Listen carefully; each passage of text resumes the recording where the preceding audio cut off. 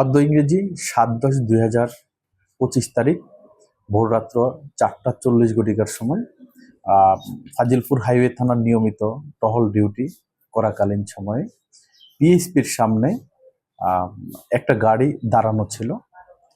তো আমাদের টহল টিম উক্ত গাড়ি আপ ডাউন করতে দেখে ওইখানে বা অবস্থান করতে দেখে ওইখানে ঘটনাস্থলে যায়। গিয়ে দেখে যে ওই ঘটনাস্থলে গিয়ে দেখে যে গাড়িতে ৩ জন লোক আছে আর ৩ জন লোক দৌড়েই পালাই গেছে।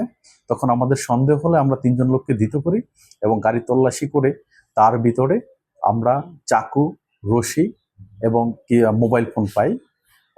তারপর তল্লাশি করে এবং তাদেরকে জিজ্ঞাসাবাদ করে জানতে পারি যে তারা ডাকাতি করার উদ্দেশ্যে মূলত এই মহাসড়কে অবস্থান করতেছে। এই ডাকাতির বিরুদ্ধে আমাদের ফাজিলপুর হাইওয়ে থানা বরাবরই সোচ্চার ছিল, আছে এবং থাকবে। এই মহাসড়ক নিরাপদ রাখার জন্য আমরা আমাদের কার্যক্রম চলমান রেখেছি।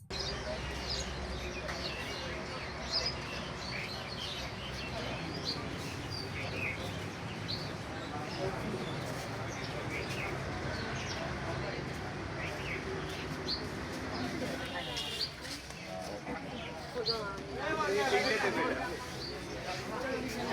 해.